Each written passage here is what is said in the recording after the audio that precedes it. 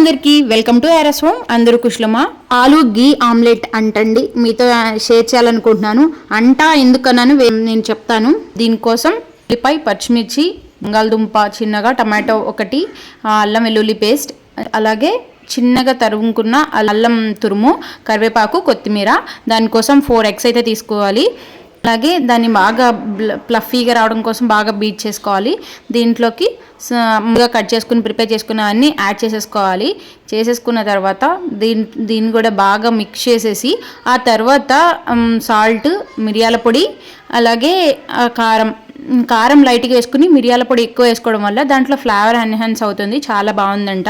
దీంట్లో గీ అన్నాను, గీ ఎక్కడ యాడ్ చేస్తారు, అసలు ఆమ్లెట్ ఏంటి, గీ ఏంటి అనుకుంటున్నారు. నేను కూడా ఆశ్చర్యపోయానండి. ఇది నేను కాదు ప్రిపేర్ చేసింది, మా వారు. నేను మా అమ్మ వాళ్ళ ఇంటికి వచ్చాను అనమాట.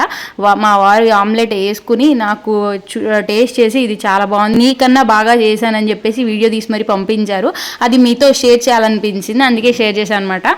దాంట్లో నెయ్యి వేశారు, ప్యాన్ హీట్ అయినాక ఇంకా అదంతా వేసేసుకున్నారు. టేస్ట్ అయితే చాలా బాగుందంటండి. మీరు కూడా ట్రై చేసి టేస్ట్ ఎలా వచ్చిందో ఆయన చెప్తున్నారో తెలీదు, మీరు కూడా ట్రై చేయండి. ట్రై చేసి బాగుంది అంటే తినలేనట్టుగా అయితే లేదంట, చాలా బాగుంది అంటున్నారు. ఒకసారి ట్రై చేయండి. ట్రై చేసి మీకు ఎలా వచ్చిందో, టేస్ట్ నిజంగా బాగుందో లేదనేది నాతో అయితే షేర్ చేయండి. ఆమ్లెట్ అయితే రెడీ అయిపోయిందండి.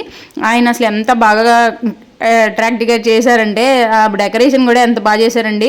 ఆ ఐస్, నోస్ అలాగా నాకు చాలా బాగా నచ్చింది. అంటే ఇలా డెకరేట్ చేసినందుకైనా నేను మీతో షేర్ చేయాలనిపించింది, అందుకే మీతో షేర్ చేశాను. ఈ రెసిపీ ట్రై చేయడం, కామెంట్ చేయడం అసలు మర్చిపోమాకండి. ఈ వీడియో మీకు నచ్చినట్లయితే నా ఛానల్ లైక్ చేయండి, సబ్స్క్రైబ్ చేయండి, షేర్ చేయండి. Thank you for watching.